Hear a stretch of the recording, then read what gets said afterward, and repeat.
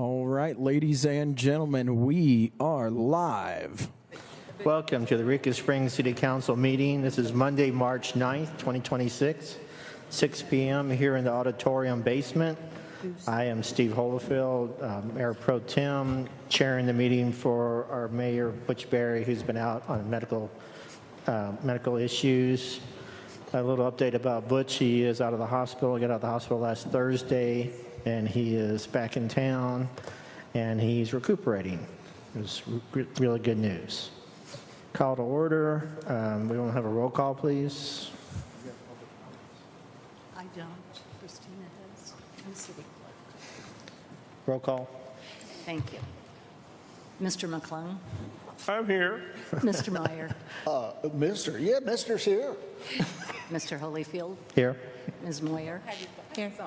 Mr. Avanzino? Here. Ms. Gruning? Here. We do have a quorum. Pledge of Allegiance. Everybody stand.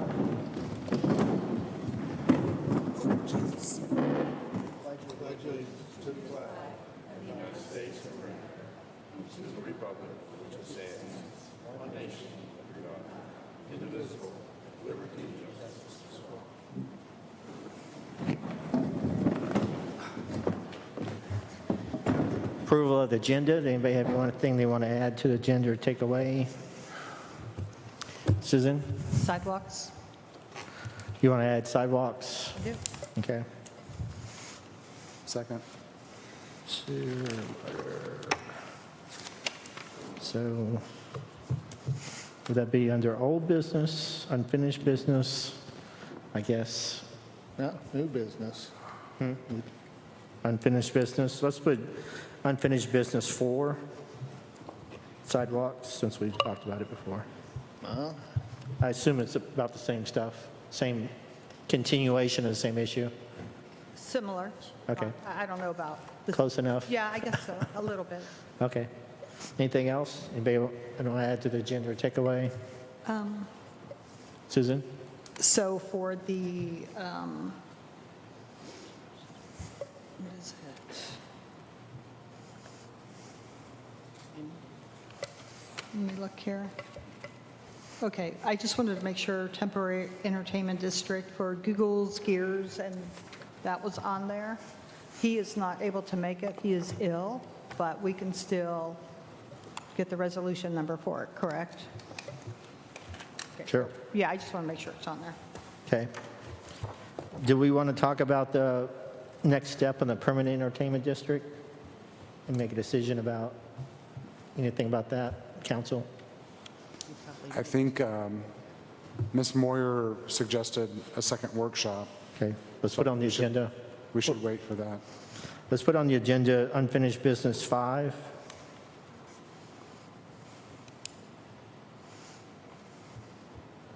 That's to decide what to do next. Anything else? Do I hear a motion? Move that we approve the minutes as amended.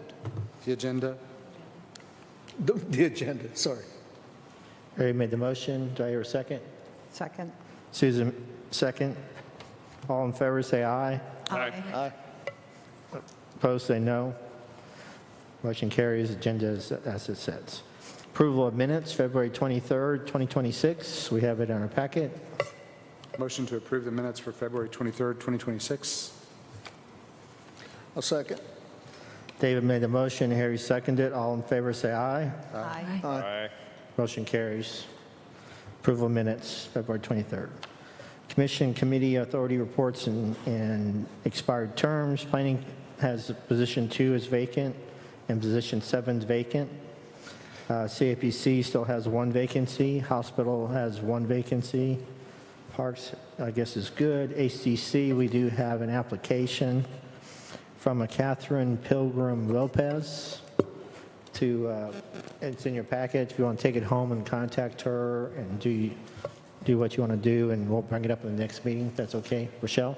I'm curious, have we had applications for the vacancies in planning? Yeah, okay. We have, but the mayor has to put those forward, and I think that's on his pile of things to do. Okay. Okay. Steve, are those not things that you can do as pro tem?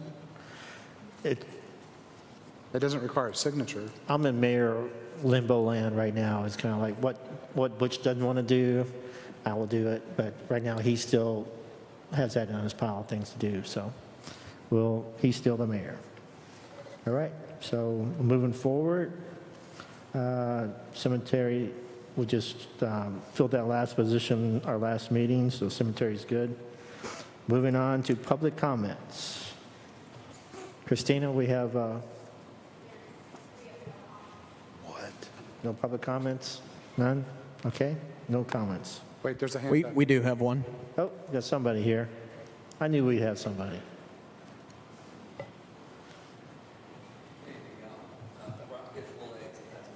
Oh, okay. Just hand it to him, we'll pass one down.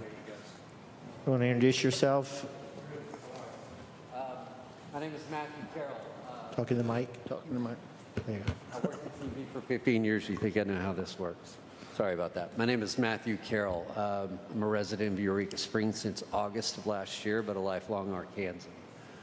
The pictures I've brought you are why I'm here in front of you today. I live on Fuller Street, which many of you know is a gravel/dirt road that connects Grand Avenue at the bottom of town to Kings Highway at the top. And the photos you're looking at when they come through your hands, you'll see Fuller is, like a lot of Eureka, it's in need of some infrastructure keep up or just overall repair. A couple of things of note and why I feel like it probably merits some extra attention. That street is neglected, and the downside of that is it's a wonderful way to connect lower Eureka with upper Eureka. Even for people like us who all live here, sometimes getting from one to the other for whatever can be a task. Maintaining, upkeeping, and fixing Fuller is an overall win for the city. But for more personally, you'll see that it's eroded greatly from rainfall and water damage. Just since we moved here in August of last year, I've seen it erode away. Every time there's rainfall of any amount, significant or otherwise, I watch the dirt, I watch the gravel wash away. It's taken out all of one side of Fuller Street, and there are two wide gullies that bisect that the water has washed away, channels. Obviously, that's tough on cars, mine in particular. It's a smaller car. So I'm coming at this not just personally, though, because I would like my car to remain in good, operating standard, but overall, when you get to pictures 3 and 4, those last two pictures show an exposed pipe at the top of Fuller Street near Kings Highway. And I'm sure you're all aware of that pipe and what it would probably mean if it were ruptured or if it were cracked or broken. For a street that size and that sort of out of the way, it gets a surprising amount of vehicle traffic. Cars, trucks, both big and small, go up and down it all day. It would be nothing short of a huge mess and something that none of us want to deal with if that pipe ruptures. But every time it rains, I've seen it washed away even more. It was nowhere near that exposed in August of last year. And I imagine by the time we get through spring and the rainfalls that come with it, it's going to be completely exposed.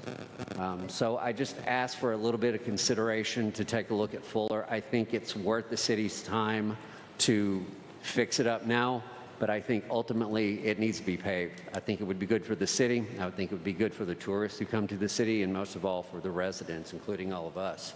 I intend on also The gentleman's 3 minutes has expired. Thank you, Mr. Carroll, appreciate it. Unfinished business, sewer, water, streets updates. I do have a write-in comment for public comments. Oh, I'm sorry, hold on, Simon. We have a letter or email or something for public comment? Okay. Sorry. Okay. My name is Richard Webb. My wife and I were both former employees of Eureka Springs Hospital. You know who you are and why we keep showing up and emailing you. My wife and I, along with a lot of other really good people, were wronged, and don't say you don't know that it happened. It's only been in the papers for over a year and a half. It went from being a beautiful, happy place and a team to being afraid to speak to each other. It all happened, and you know that you have all violated your oaths and allowed major state and federal labor laws, as well as HIPAA laws, to be ignored, and still you won't do anything? Kent Turner and Barbara Dix, both former members of the Hospital Commission, are on record admitting that they knew something bad was happening there, and in these illegal messages between Turner and Dix, they admitted that they had known about what was going on for almost a year and a half. And that's when Mrs. Dix makes the statement, "They can have my ass, but not my assets." My wife and I are good people, and we believe in working hard, being the best you can to everyone, but a lot of people were wronged here, and they deserve to be heard. This started back in 2023 and self-admitted by Mrs. Dix and Mr. Turner, and their FOIA request text messages that were again illegal, but you have Ms. Dix and Cynthia Asbury, that was the current CFO at the time, texting each other where could they meet up by the hospital and not during regular times, and Asbury and Dix discuss where they can meet without being on camera. My wife and I, along with a lot of other good damned people, were wronged, speaking for my wife and I hope everyone else. We will not stop until we have an official state investigation, not into just the money, but all of it. You guys have an oath to uphold. Do it or quit. That concludes. Thank you. Unfinished business. Number 1, sewer, water, streets updates. Simon Wiley.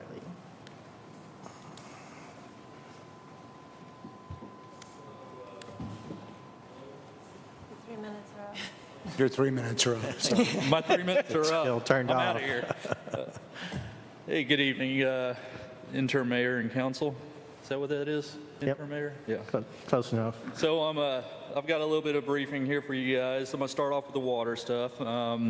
So we since the last council meeting, we completed 3 water taps, one over on Passion Play Road, one over on West Van Buren, and one on North Main. We replaced a meter on Magnolia. I have some updates on the Osage water leak up the hill. So we're going to rent some traffic signal lights. They're going to be delivered on Monday and put up by Time Striping, and we're going to start doing that on Monday, just so everybody knows. And then I have received back the inspection report on the water tanks. The report came back good, except for the 1889 water tank is in very, very poor shape. It's offline right now. I've took it offline. It'll probably never, ever be back in use again. We'll have to do some work on it to preserve it for the future, but I don't know that it'll ever become part of our water system again because of the internal condition of that tank itself. All right, and then, I don't know if the gentleman from Fuller's here, so I'm gonna bring that up real quick. I'm kind of jumping around, but part of my street update is on Fuller. So I met with the asphalt contractor today. They're going to do that patch up there at Osage, up at the top of the hill. And he said, hey, is there any other work that we could do here in the city? So I said, yeah, let's get together. Let's go check out Fuller, Washington. And then the nut loop is in very poor shape. So we're going to go look at those and looking at maybe doing a fog seal of those roads. Refresh me where Fuller starts and over on the loop on the west side. And it goes over to Grand, Dairy Hollow over there. starts where? Prospect. At Prospect. I believe right it's there. Prospect. I'm pretty sure it's Prospect. Yeah, the road changes so much. I'm pretty sure it's Prospect to Grand. So, Jerry, like by where Singleton is, like across the street where it goes down that gravel road and ends at Harmon Park, Yeah, okay. that's full. Yeah, that's one I thought it was. Yeah, so once I meet with him out here, I'll have a better idea of the cost, and I'll approach you guys about that in the future. Then continue on with the street update. We picked up the yard debris last week.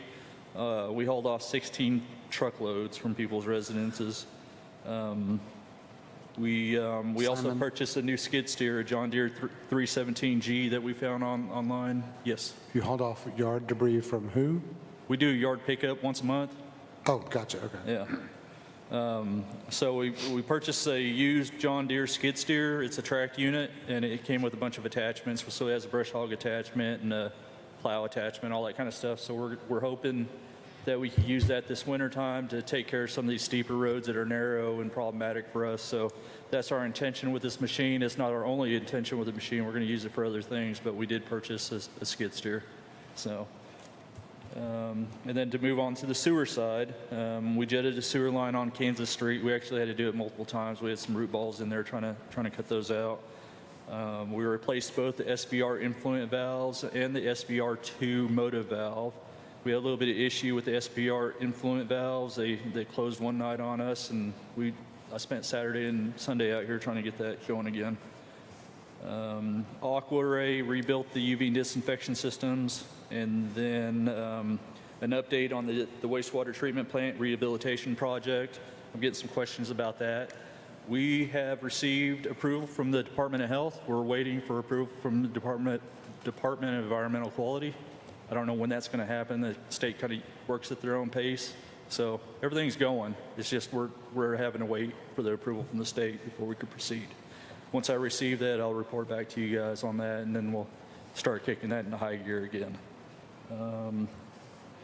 So that's all I have to talk about, but I do have Performance Services here today, and they want to talk about a little bit of some of the stuff that we're working with them on. So, yes. Quick question for you. I don't see Paul around anywhere, but you work in proximity to Paul, right? Same office? Yeah. Can you mention to him, there's a property on Fuller Street where apparently the owner has passed away and there's like tons of yard debris. Okay.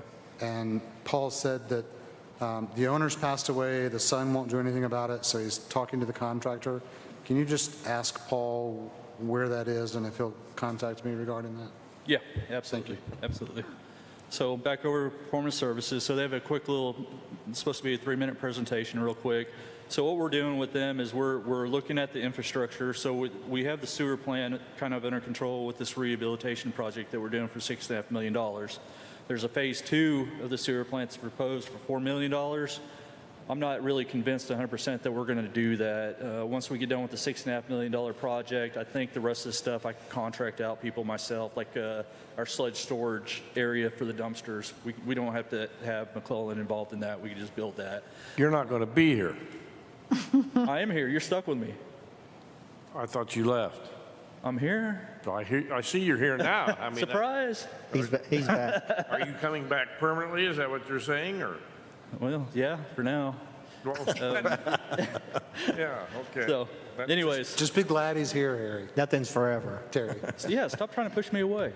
I'm not trying to push you away. I'm just trying to figure it out. Yeah. So, anyways, this is stuff that I think we could do in-house, where we could do smaller contracts to do a concrete foundation for the roll-off dumpsters and then have a contractor come in and build a overhead enclosure, I guess, if you will, for the dumpsters. That's not going to be anywhere near $4 million.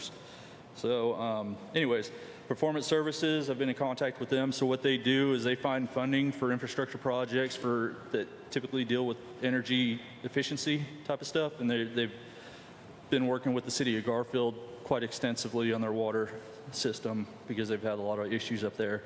So they ended up getting a loan from the ANRC for the city of Garfield. It turned out the state went ahead and wrote off the loan essentially to them, so they don't have any payback on it. So what we're trying to do is find funding where we could attack the water and sewer infrastructure outside the sewer plant as far as our collection and our distribution system go. So anyways, I'll leave it over to them and they can say their piece, and if you guys have any questions for me, I'll be here. Hi, my name's Donnie Chambers. Thank you for having me tonight.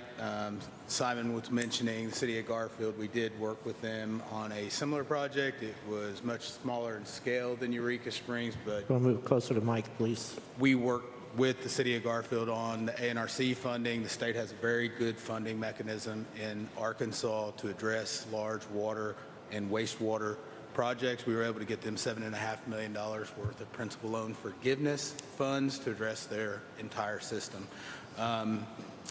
Like I said, my name is Donnie Chambers. I work for a company called Performance Services. We provide infrastructure solutions for cities and towns seeking to reduce your costs or increase your revenue.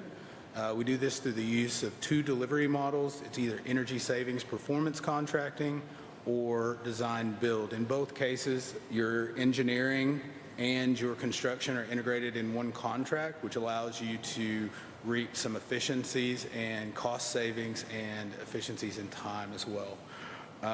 In all cases, you're going to get 3 guarantees from our company. It's guaranteed designs, guaranteed outcomes, and guaranteed no change orders. Your Public Works Director, Simon, as he mentioned, he had invited our team out here to do some analysis on your system. So far, we've collected a lot of information from your water and wastewater department. Our engineers, one of them with me tonight, is analyzing that information. We've also conducted a site visit and have inspected a lot of your infrastructure on site. We're currently in the process of analyzing that with the effort being directed at developing solutions that'll help address your deferred maintenance in a budget-friendly way. So what you can expect from us is coming back with some recommendations and what I call level 1 budgets, which are going to give you order of magnitude for the amount of work that needs to be done, and some recommendations on funding and other pathways that are beneficial to the city of Eureka.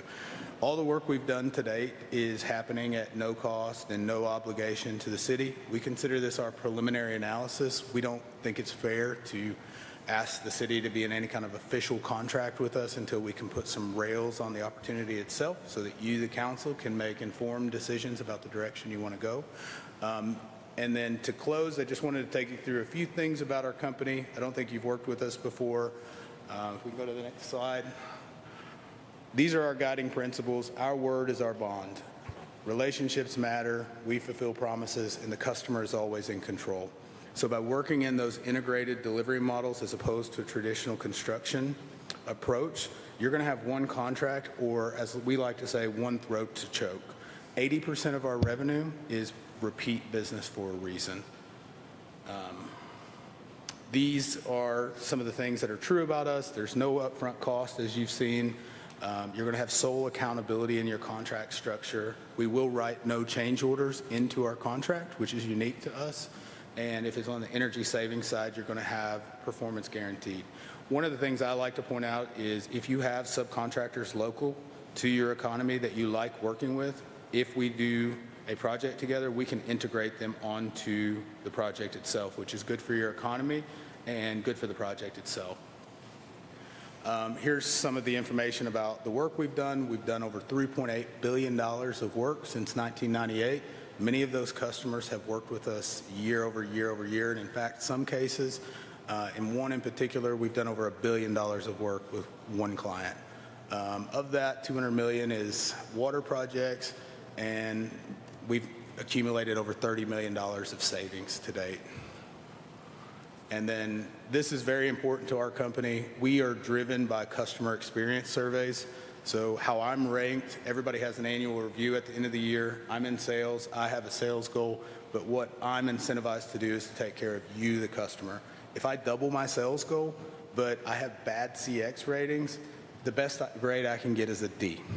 But if you guys are happy and I miss my sales goal, I can get an A- at my annual review. So you guys are the point. You guys are our purpose. We're here to serve you, and we look forward to coming back and going over our findings and our recommendations in a work session at the city's direction. Thank you for your time. Thank you, Donnie. Where are your offices located? Where are you at? So our office, our branch is in Little Rock. So I cover the entire state of Arkansas. Our branch oversees Missouri and Arkansas. But the company itself, the headquarters is in Indianapolis, Indiana, and I think we're in 20 states at this point. 20 states? Yeah, we're a pretty large company, and we do this in 3 markets primarily. It's city and county, higher ed, and K through 12. So we focus on community public owners. So economic development and community development is our focus. It's something I've invested myself in. Any decision this group makes, whether it's water, sewer, roads, schools, hospitals, doesn't matter. It drives a community development initiative or an economic development initiative. So all of our projects are measured against that reality.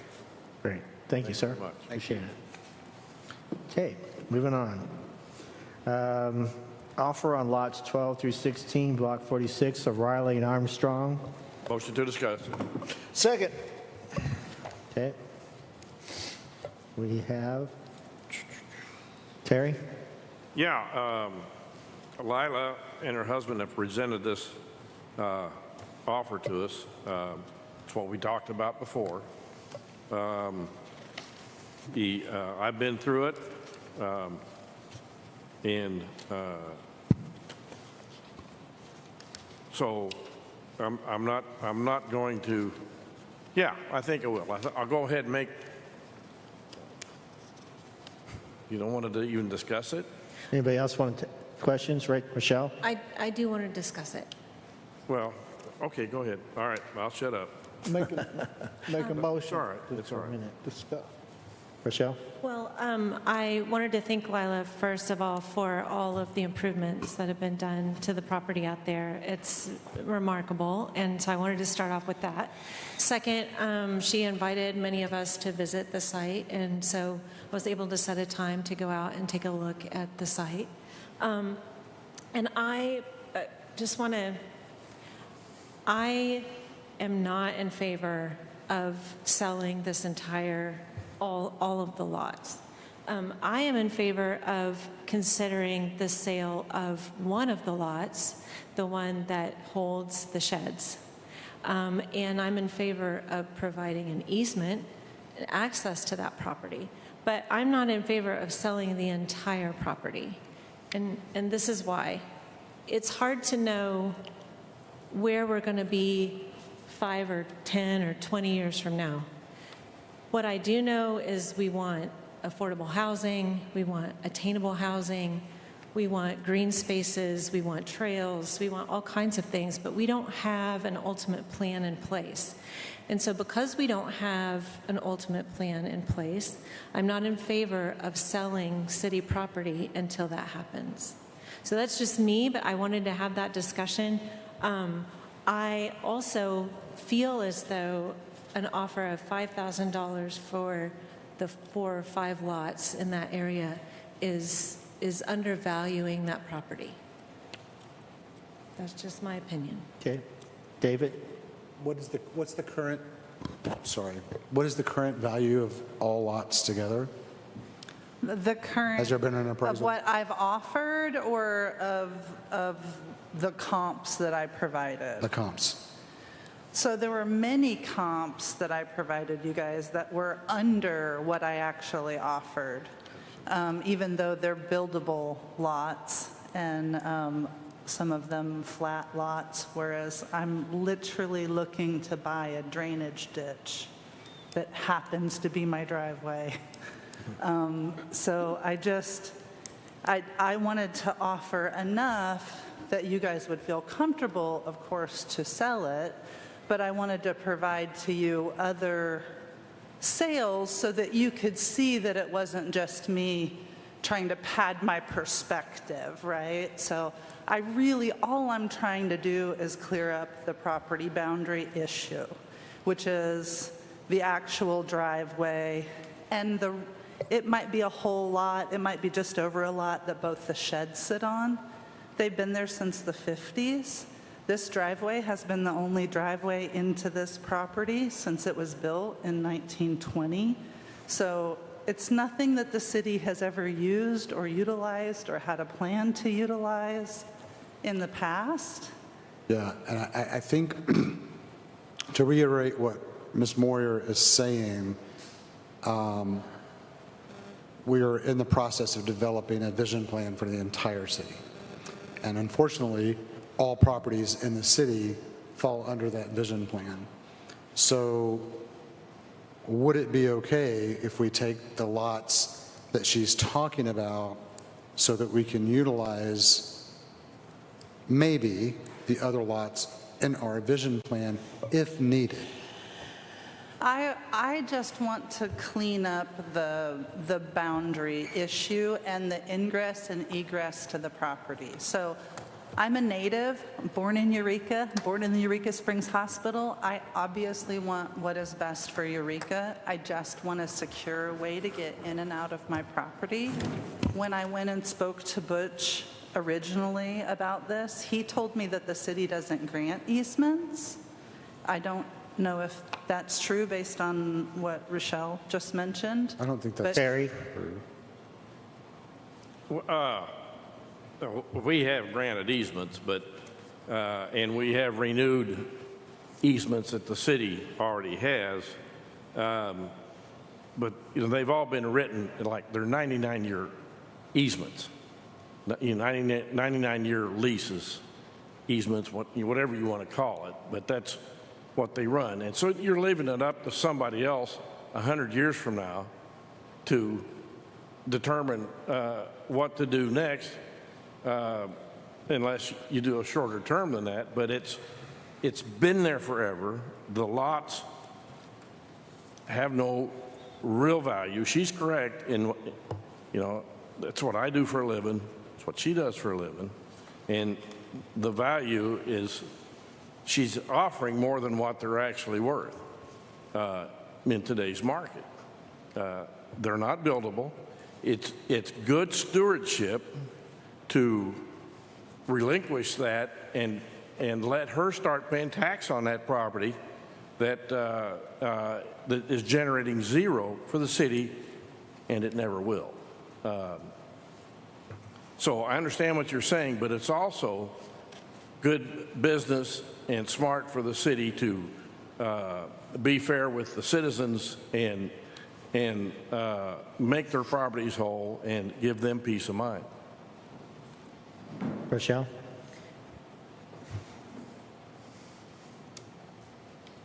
I disagree about the value of the land. It's 0.33 acres, and the city also owns property across the street. There's also infrastructure that appears to be coming down through that area.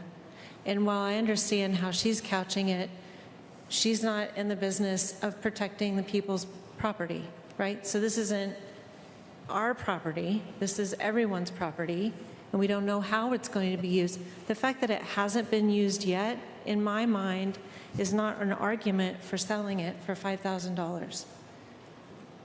I think that there is value there. There has to be work done. But, I mean, you also have property in town, right, that has quite a bit more price tag on it that is difficult to build, albeit, but could be built on with some work.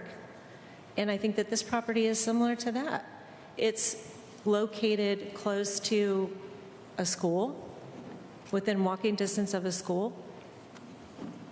I'm not speculating as to what will go there. I'm just saying that the city doesn't have a need to divest of this property when we don't know how it could be used in the future just because she's asking for it. I'm trying to find a middle way here to provide her with the sheds that are part of her property, have been treated as part of her property, and access to her property, and maintaining the rest of the land until some point at which we know what we want to do with it. If we wanted, as the city, to divest of it at a later time, we could offer it. Harry? Look, they're taking a sow's ear and trying to make a silk purse out of it, and I think that, as Terry says, it will give back to the city a decent place that doesn't look like an eyesore when we drive around town. I'm all for selling this property to them for the given price. 0.28 acres is not a lot of acreage. We still have an easement for the sewer and water. I don't see any problem. We've sold lots before. We have not done an official moratorium on selling city property. Susan? So it's not a good idea to do it now to this person because we've had other people that we've approved sales to. Susan? So just for me, being new on the council or fairly new, it's really getting old hearing, we've always done it before, when I think as a city council, we have to have a little foresight into the future and not be reactive to what happens today. And I have to say, I agree with Rochelle and David that I think there's a fair offer to get you some of what you need. Until we get this vision plan, we still have no vision. We don't know what we want to do yet. If we knew that, then we could make a decision, but we don't. And perhaps we can come back to you at some point and say, would you want to purchase this land? But until, we have a lot of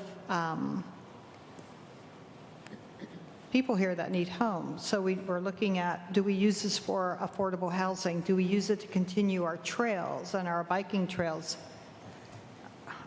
Terry, I'm sorry, I see the body language, but I have to say, we have to start looking at the future and our vision and not just react.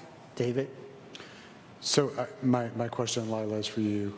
I mean, I absolutely see and hear your plight. I get it. But we also have our plight on this side of the table.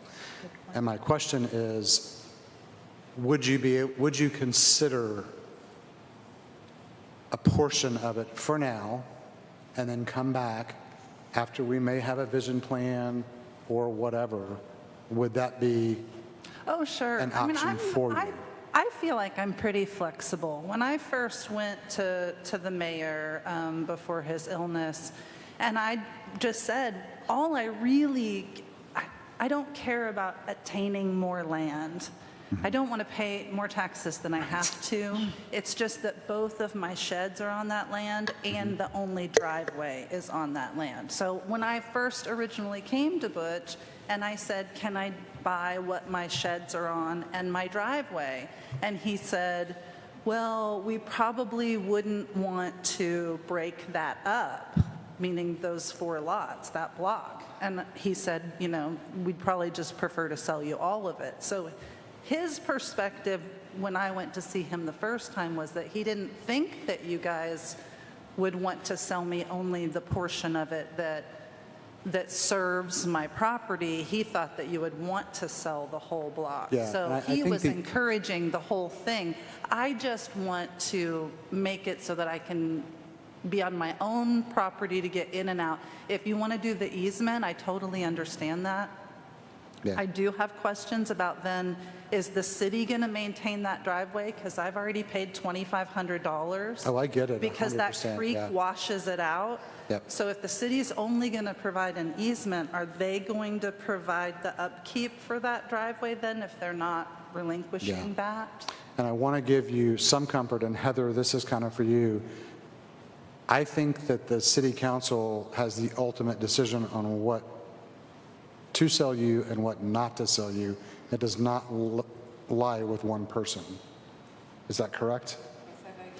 So Lila just stated that the mayor did not want to break up and didn't think that anybody would break up the 4 lots.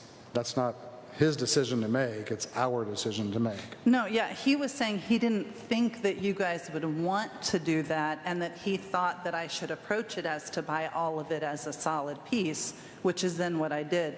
But I would be happy for whatever you guys decide to buy, as long as I can have a driveway over the creek to my house and the land that my shed sit on, and preferably whatever the setback is. If that's a 10, I don't know if it's 10 or 15 feet down there, I'd have to look at it. But if I could have my sheds and whatever the setback is, or buy, that would be great. And if it's an easement over the driveway or letting me purchase the driveway, however you guys see that, some kind of solution. I'm flexible. Terry? Yeah, you're taking a piece of property that if you ever have driven up and down that road before Lila purchased the home there, it was a dump. I have a really great picture I'm And happy she to is- pull up on my phone if you guys want to see what it used to look like. She's fixing it up. and it looks a whole lot better than it has in the 50 years that I've been here. And, you know, I think your vision is being blinded by not seeing what's there and what's not there. And, you know, you can talk about all the vision plans you want, but you need to take care of the people that are here and what they're doing with property and making it look better for the town as a whole. And that's what she's doing. So, you know, plus it's, and I've been dealing with this stuff and vacations since I've been here on both sides of the fence, here at the table and making requests. And the city is always trying to help the resident because they're trying to improve their property and clean up the problems we've had. We still got, her house is on, there's a street that runs right through there. We need to vacate that for her. Apparently it hasn't been. I thought it was done, but she says it's not. It's not been done. That needs to be vacated, you know, and we do this stuff all the time. That's an alley. And it cleans it up. So, you know, I mean, we'll do whatever you decide to do, but I think you need to look at it in a more open-minded way. David?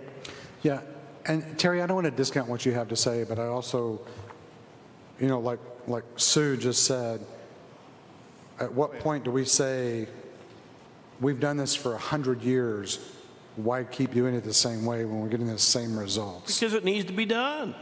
That's why. But we're just offering an alternative. We're not saying that it does not need to be done, and we're not saying no to Lila. We're just giving her an option. We're giving the city an option. Not the way it's been done for the past 50 years, but how can we move forward? Well, the city does also, they have part of that land in there and the little part that comes in next to it too. So as far as the trails go, there should still be plenty of room for the trails. I would even allow easement for the trails over the end part of that. I'm open to the trails. I think that that's a good thing for Eureka. Barry? If we had already set a moratorium on land sales, and if we had a working group on this plan with a deadline for the plan, okay, fine, yeah, then we can tell her, no, you've got to wait till we get done with what we're doing.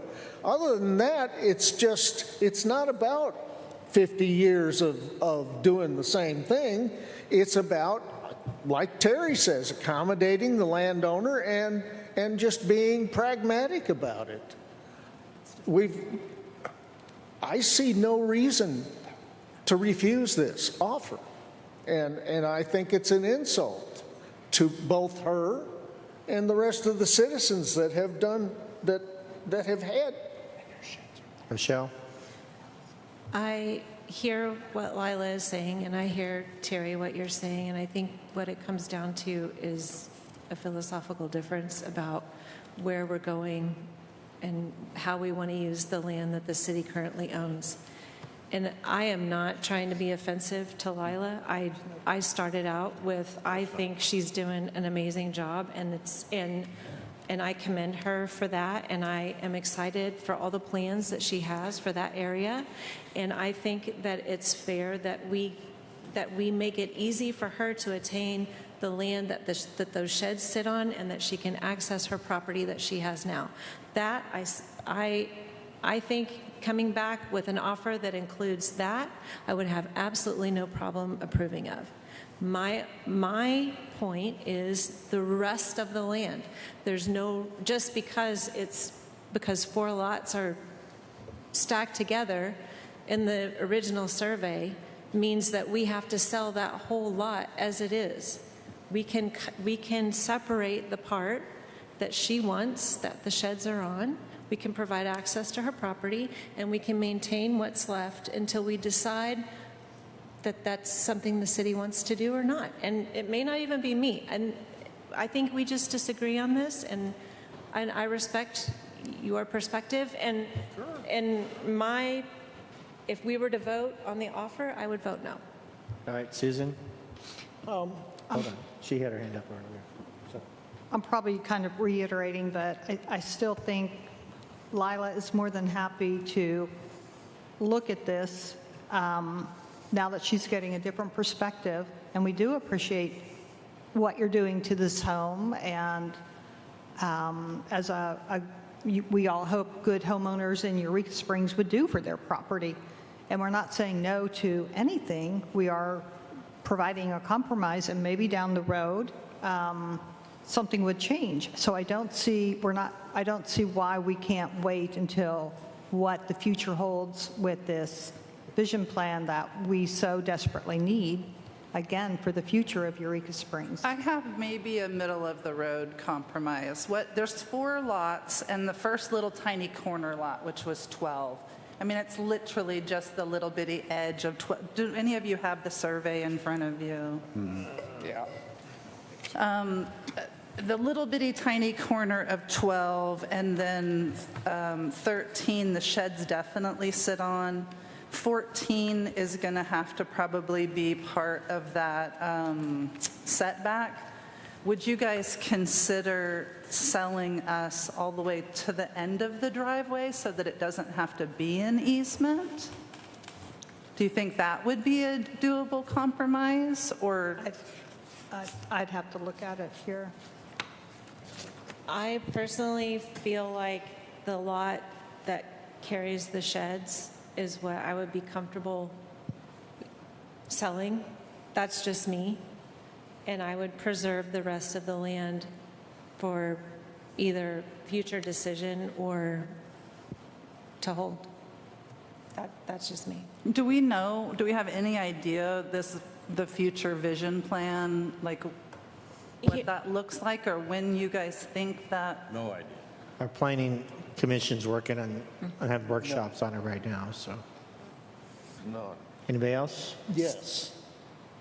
Terry? Would y'all be agreeable to vacating the alley that's going through the middle of the house?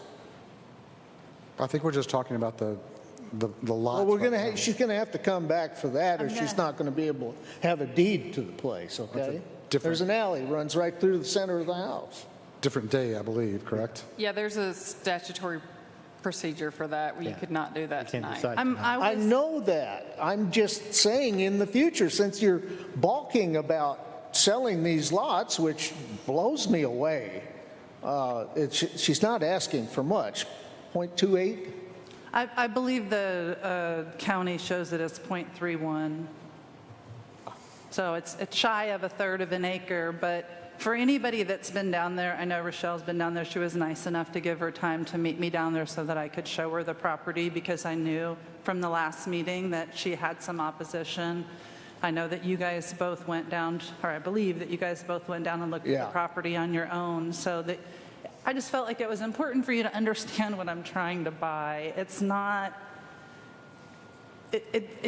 valuable to anybody. Those portions are not valuable to anybody other than to me and to that property. And like I said, they've been used by that property for 106 years. So it's not like we're taking anything away from anybody else. And I would just ask, if the driveway can't be included in what I'm purchasing, can you explain then who's going to take care of it? And when this creek washes it out again, is the city going to come and rescue my vehicle that's on the other side from it being washed away? Like, I would have some questions about possession and fixing it. So right tonight, all we can decide is to sell this property or not sell this property, as she's made an offer.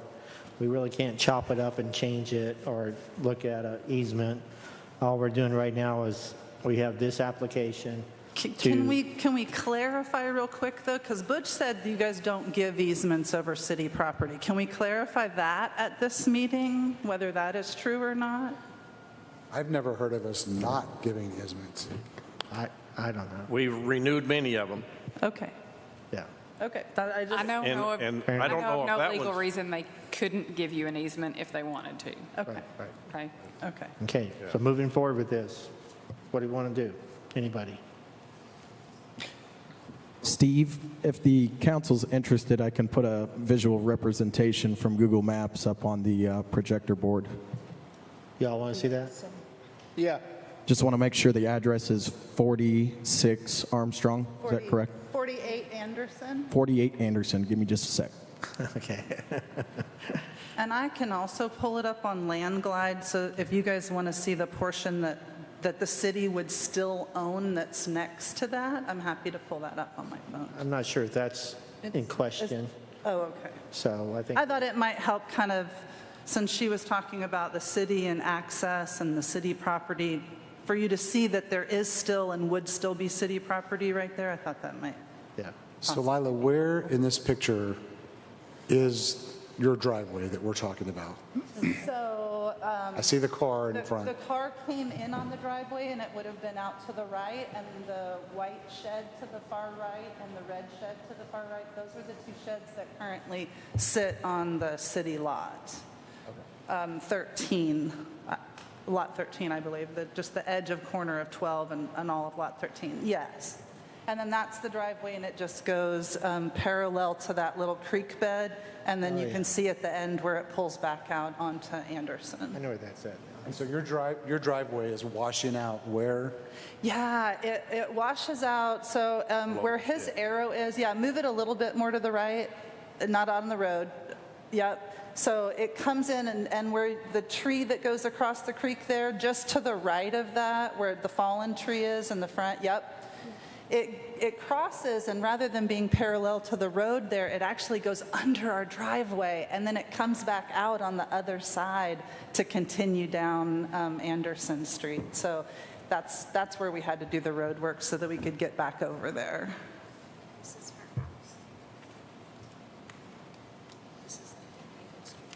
And so if you see where the silver drainage pipe is, all of that floods. When there's any water that comes down through that, that's why I was saying it's not really anything that's buildable for anybody because it's all in the floodplain. I mean, I suppose you could build on stilts. I don't know where you're going to park, but yeah, you could build on stilts. Okay, where are we at? What are we going to do? Council? I want to make a motion that we approve the sale. I'll second that. Thank you. Bo? So Terry made the motion, and Harry seconded the sale of lots 12 through 16, Block 46, O'Reilly and Armstrong. All in favor, I guess we'll do a hand count. All in favor, raise your hand with the sale. All in favor, 2. Against, raise your hand. 3-2. Okay, does not carry. So I'm sorry. That's okay. I know this is taking a long time, but Terry? Does she need to put it back on the agenda to get an easement approved? Yeah, we can do that for sure. So I need to be on the agenda for the purchase of the sheds. Would you approve the whatever the setback is in the legal description of that, the sheds and the setback? I'm not prepared to say that. I don't have anything in front of me to make Not that tonight, decision. but- Well, but I have as to. as a concept, I would look at something. So, but it's my understanding that if I'm going to try to purchase something, I have to bring you the legal description of that thing that I'm going to try to purchase. Right. So should I have the surveyor write it up with the setback so that we can adhere to standard setback rules? I think we can look at that. Okay. Okay. And then just add it for an easement for the driveway, not for the purchase of the driveway? I mean, So, And then that question about then who takes care of it, if it's the cities and I only have an easement over it, are they going to maintain it? that's not something we could talk about here. I don't know. Simon, could you answer that? I mean, that's something that you guys would negotiate with her. A lot That I would a lot of negotiate with people with the city, because a lot of easements are maintained by the easement holder. Some easements are maintained by Yeah, we the don't have... property owner, so it We- could go either way. We don't have the staff to maintain all the easements here in the city that we possess. The way the municipal code is written, it's the property owner to maintain any vegetative matter, whatever, to the center of any right-of-way or easement that abuts the property. So there's really nothing for us to maintain as far as that's concerned. Now, like as far as your creek channel goes, we also have ordinances on the drainage part, and Mr. Evazino could talk about that a little bit. We don't maintain the ditches and the culverts for people's private driveways. We also do not maintain roads that only service one house, because we're pretty much at that point maintaining people's driveways.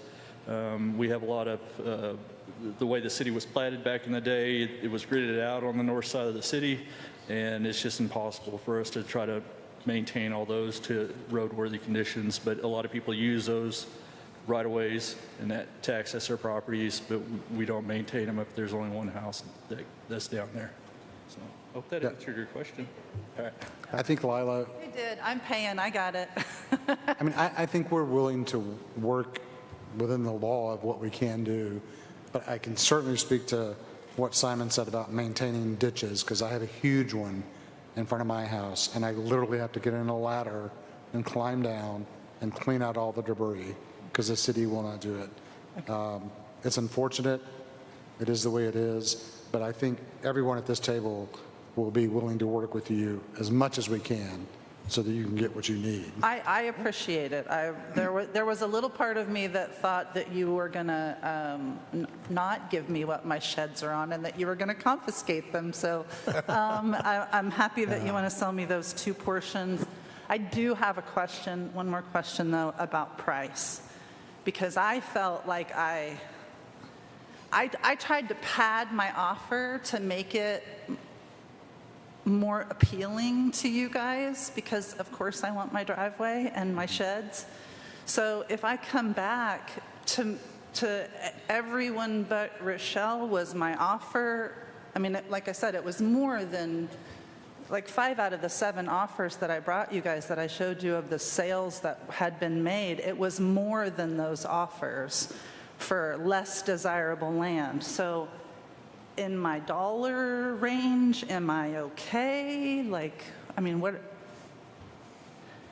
I just don't know what you guys want from me. I'm surely you don't want $5,000 for one of that little tiny lot that my shed is sitting on, surely. We'll take 20, but no, I'm just I mean, I don't know what that sliver of land would be worth. I mean, you're the expert when it comes to that. And as far as a surveyor, I can only speak for myself. I would not expect that. I don't know what everybody else.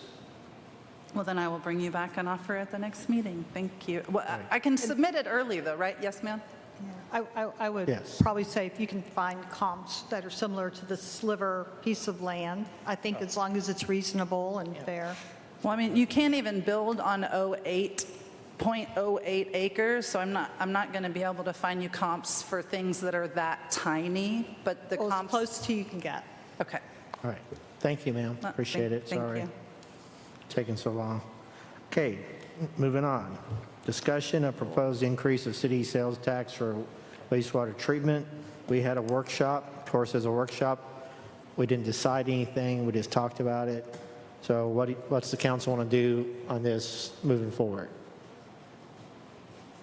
Motion to discuss. Second. Okay. We want to have another workshop? Do we want to, what do y'all want to do? Steve, I'm sorry, David. Go ahead. I personally and wholeheartedly agree that we need to involve this as a public hearing to get resident involvement in this. We can sit around and say, yes, it's going to be a 1% sales tax, or we can take it to the ballot, but in between that, we have to have resident involvement and say so. Whether it's good or bad, indifferent, I don't care, but we have to hear it. Do we want to set the amount of the sales tax? Because we didn't, and we We talked did in the about- workshop, but we it's something we need to vote on We here. didn't vote on it, so do we want to vote on that part of it and move forward for a public hearing? I don't understand. Rochelle? This is a public hearing. So we don't need a, sorry, Rochelle, we don't need a separate public hearing regarding the institution of a new sales tax? No, this is a public Okay. hearing. Okay. But we can have another public hearing or workshop. You with- can, yes. Yeah. I personally want everybody to have a chance to have input. I do. So can I, It has to go on the ballot. Yeah. We can't pass a sales All right. tax here. It has to go on the ballot, so. Michelle? it might just be helpful to recap what happened because I know that not all council was able to make the workshop. And we talked about this being an option to relieve some of the rate increases that are more than likely going to be happening in the future in order to pay for the needed infrastructure improvements to the water and the sewer system. When we looked at the rate study that was done by McClelland, I have to say that properly, they included replacement costs for infrastructure, for the infrastructure that is currently lasted outside of its lifetime, and it looks like it was $55 million estimated water system improvements and $71 million in estimated sewer improvements. And we currently only actually are working on about a $6 million improvement, and still really falling short of the money that we're going to need to invest in this infrastructure. So we got to the workshop by talking about how can we help to relieve all of the financial pressure on 2,200 households that exist here in town, and we came up with this idea to do a sales tax. And Michael put together the numbers for us to show what different levels of sales tax would generate based on historic revenues. And at the last council meeting, I think, or the workshop, we kind of were all thinking that the 1% would make the most sense given the gap between what we have and what we're going to need. Michael? Yeah. David? Yeah, and one of the things to bounce off what Rochelle's saying with the millions and millions of dollars it's going to take, that's literally probably only going to last us the life of the equipment, which, I don't know, Simon, 10, 20 years? 20. 40 years. So we're trying to look ahead to the 50, the 75-year mark, the 100-year mark. And honestly, without this, we won't be able to do it. We won't be able to maintain a safe drinking water system or a safe sewer system. There are towns in Arkansas at the moment that have the National Guard trucking in water for their residents to drink. And is that what we want to do here with over 1 million visitors a year? Michael? I just wanted to clear up one thing that we did discuss at the workshop. Normally when I talk, I know what I'm talking about, but sometimes things get a little confusing.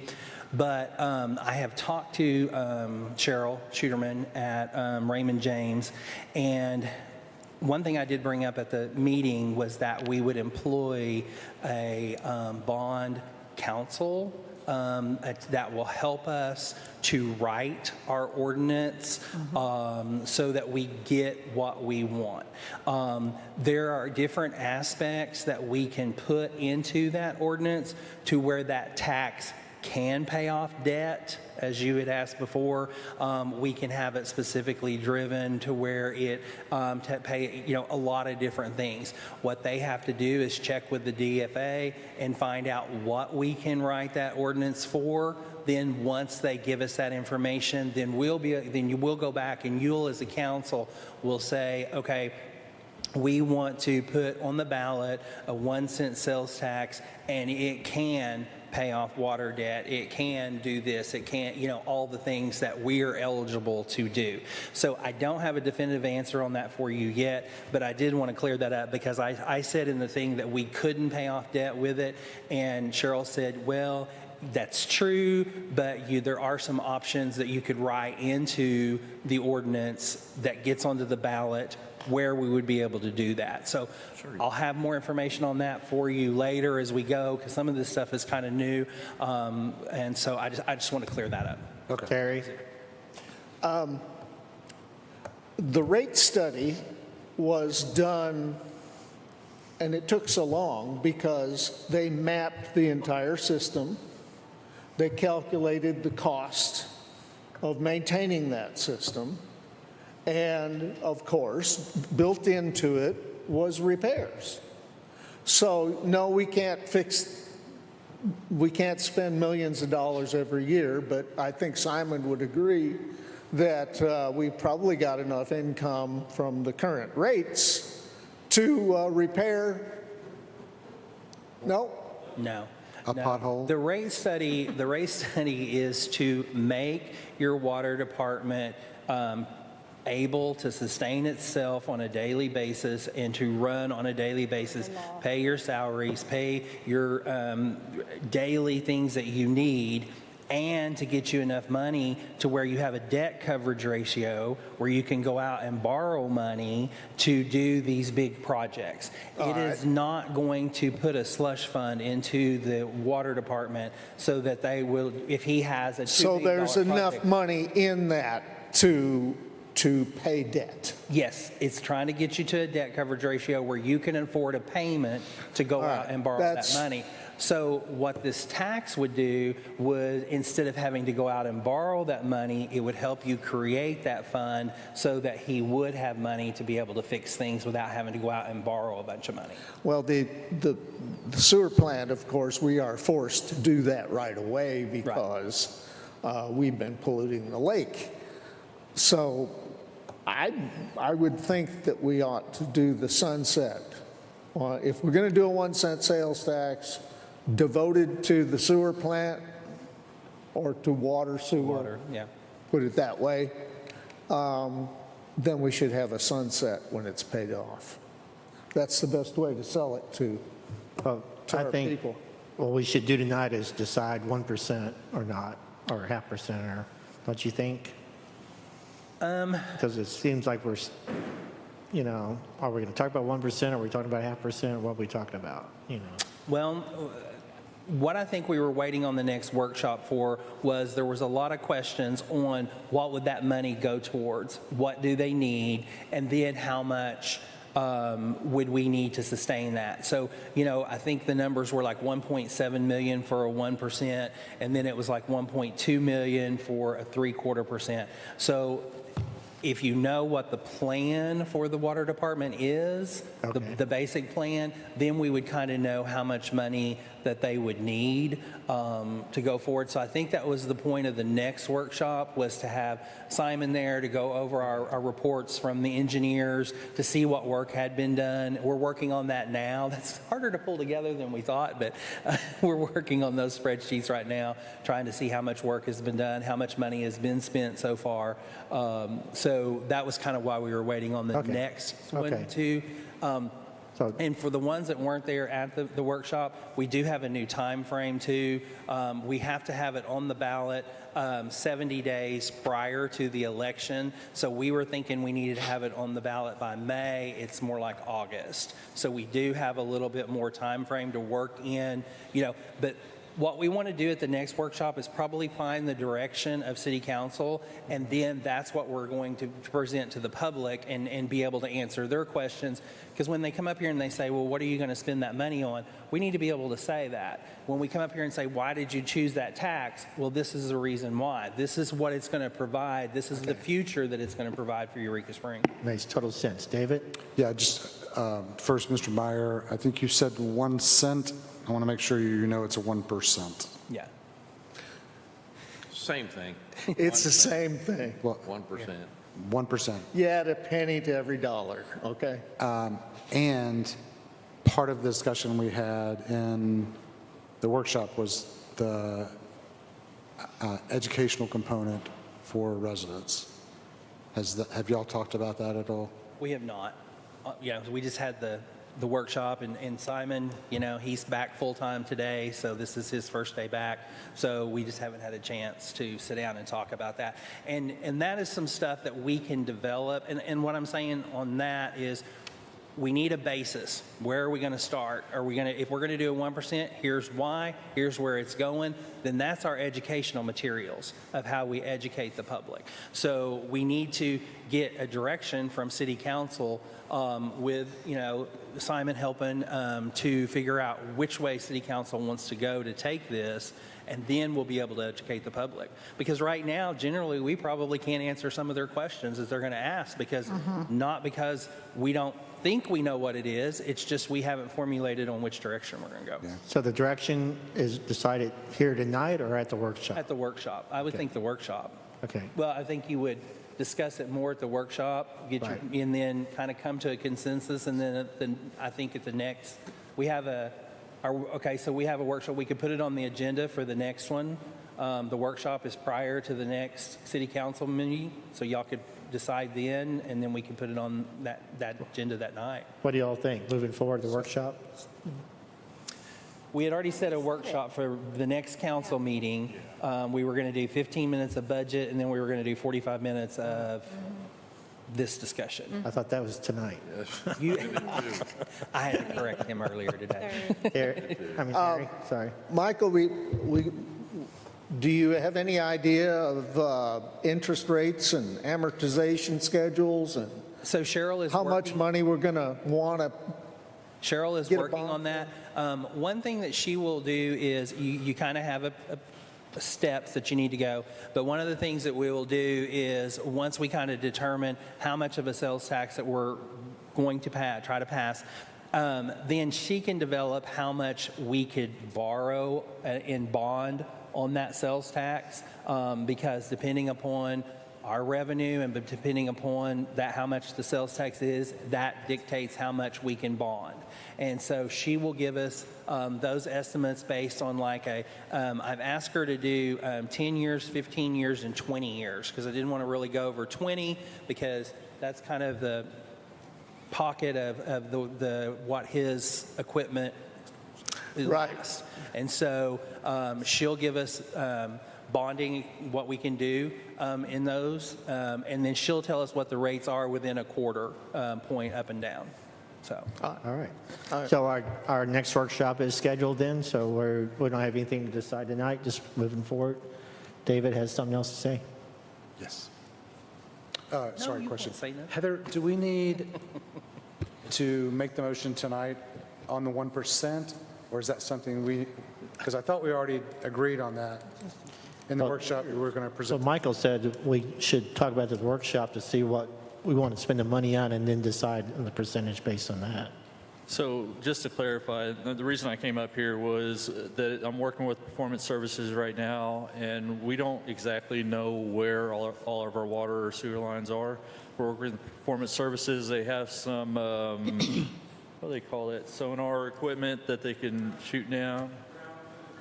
Yeah, ground penetrating radar that they could shoot down. We're trying to get a cost from them. I'll be coming back to council on that. Cool. So we're trying to get a better map of what we got going on. I know when we broke open White Street, when Dick Titus and Zeke ran their new sewer service line across White Street, we found 3 water mains that run down that road, and we had no clue.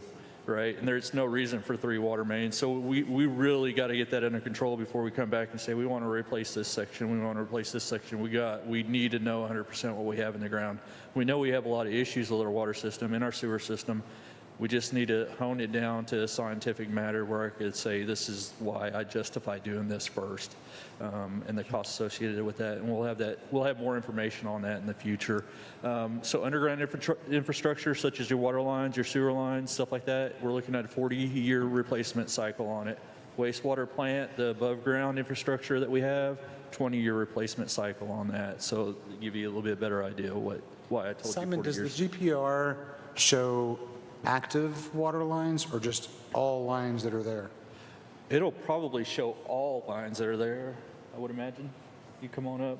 Yeah, he could probably answer more than I can on this. Because we're not planning to remove water lines that don't do anything, correct?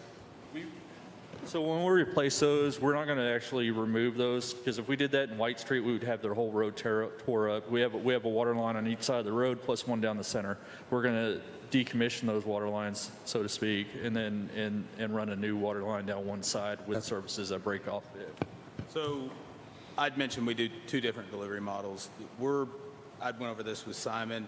We're looking at two efforts. One is on the energy saving side. You've got a high amount of water loss right now, and that's money going into the ground. So as you analyze the sales tax, we're also analyzing, well, how can we save you some money on your current water loss? So we're looking at one project currently to accumulate all the ways we can do these patches and repairs to cap losses.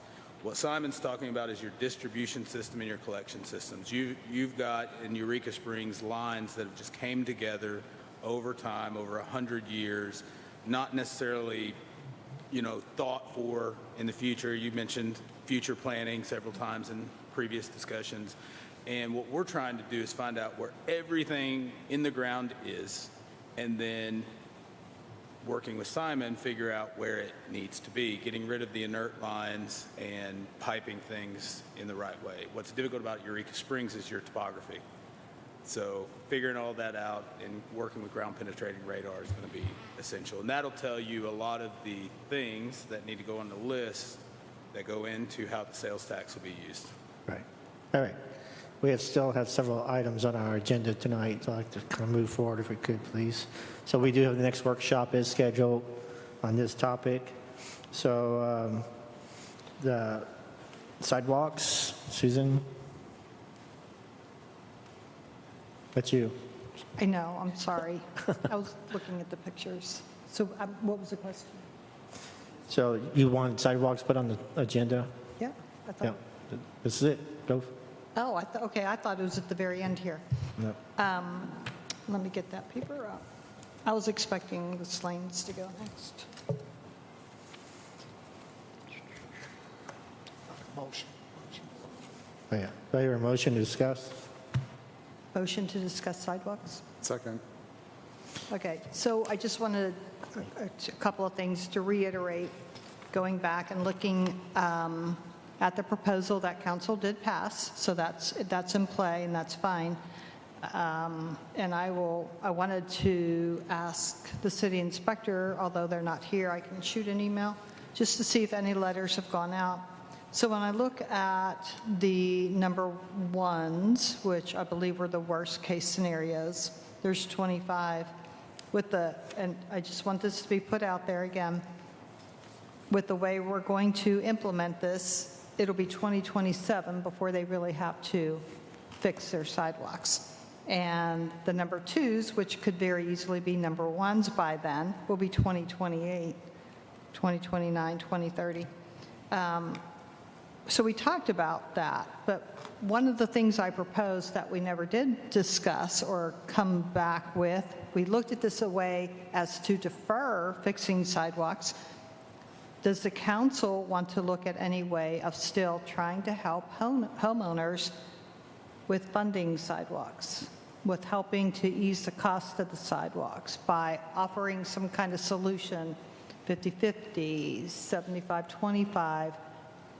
I don't see if they don't have money now, even though they're giving a year or so, whatever, and knowing it's coming down. I don't even know if anyone's been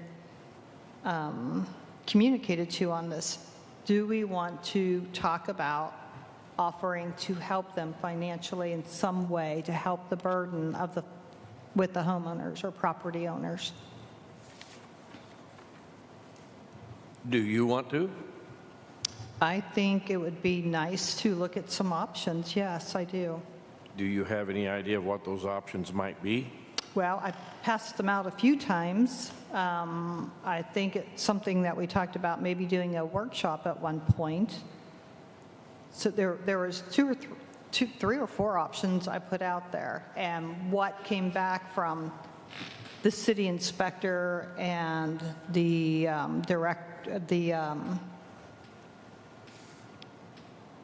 Casey, who's Director of Planning and HDC, which Cassie? I think it's up to the council to make this decision. And so I wanted, while they have their plan, it still doesn't change the ordinance. We're kind of bypassing it, and I think it goes back to people not being able to afford to fix the sidewalks.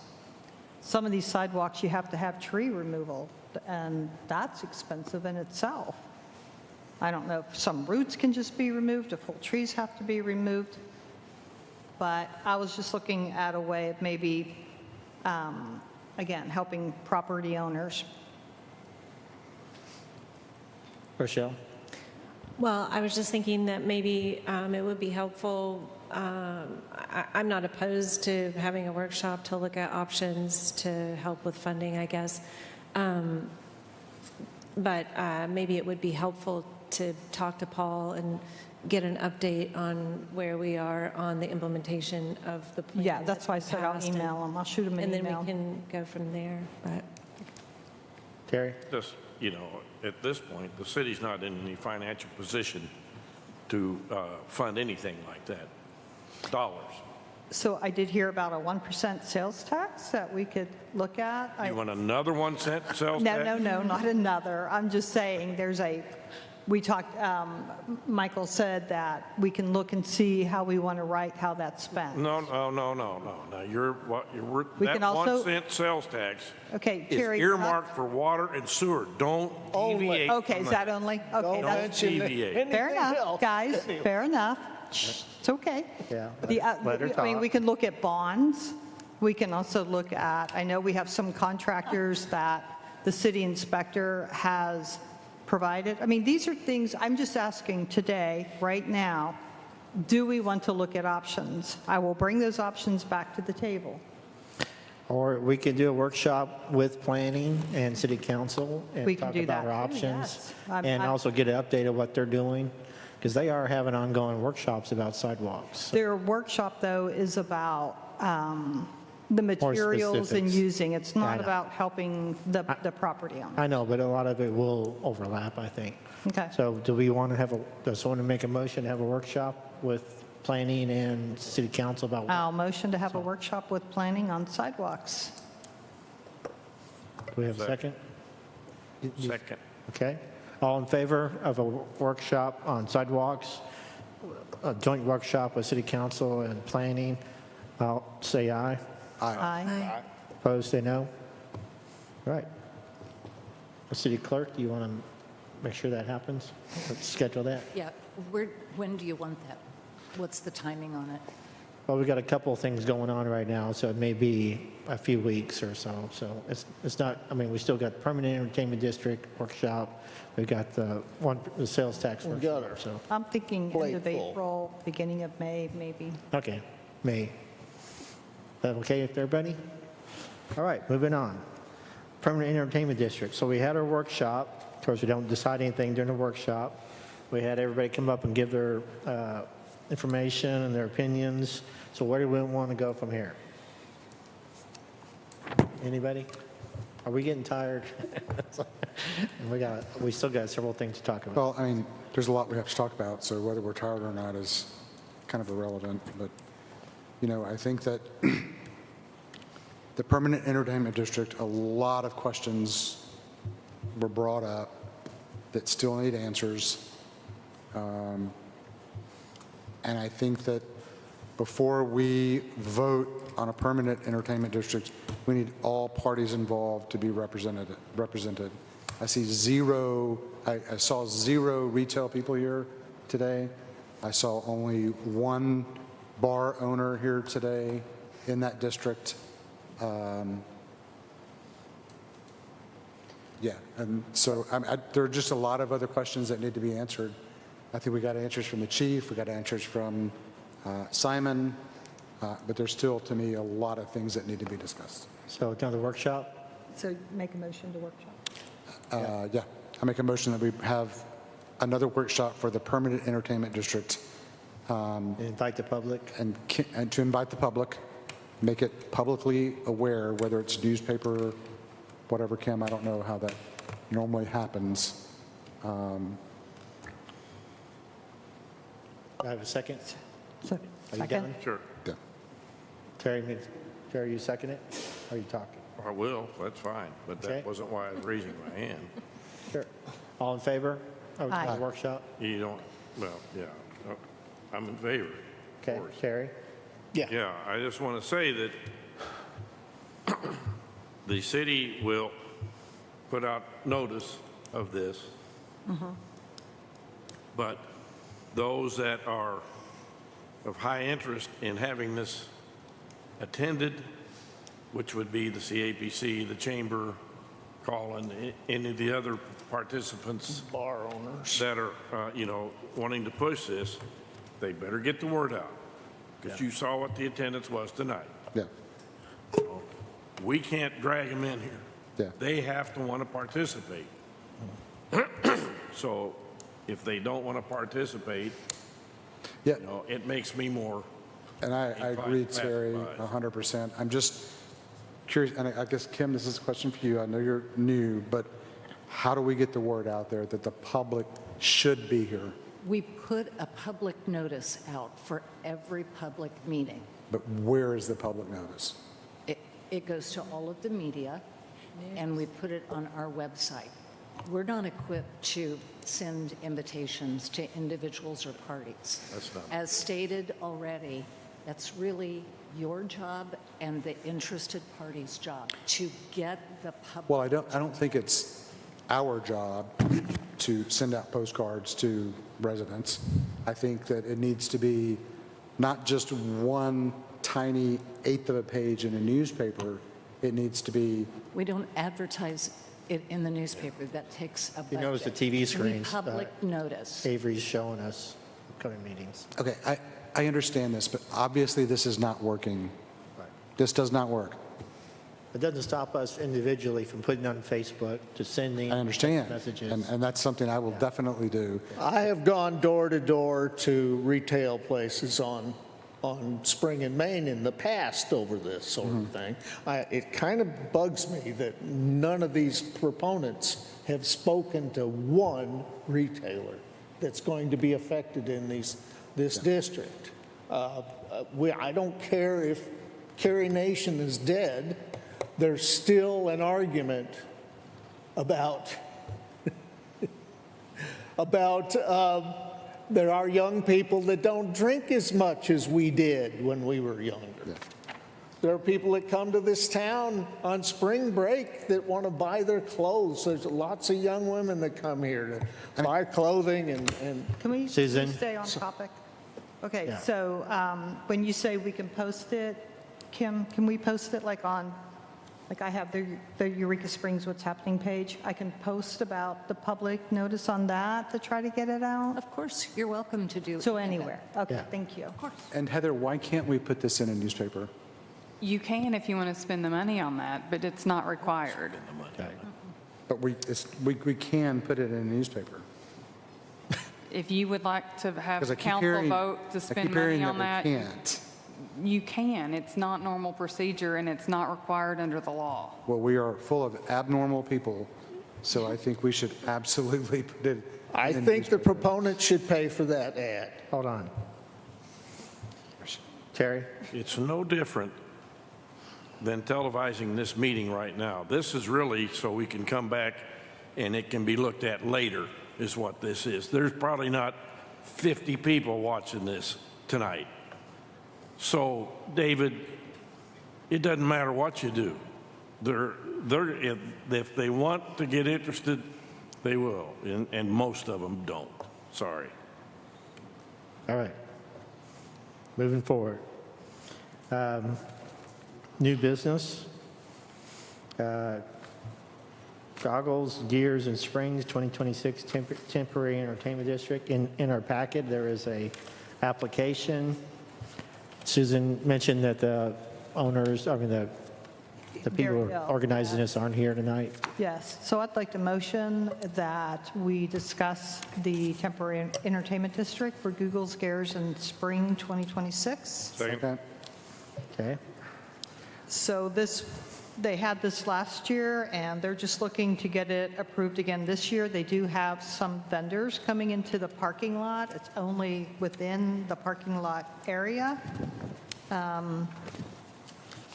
And so that's why they're asking for an entertainment district. They did request one food truck, which is Hot Box Express. And as far as I know, there will be no beer or any liquor sold. It's just going to be, they have vendors coming in that sell steampunk paraphernalia. What's the matter, Terry?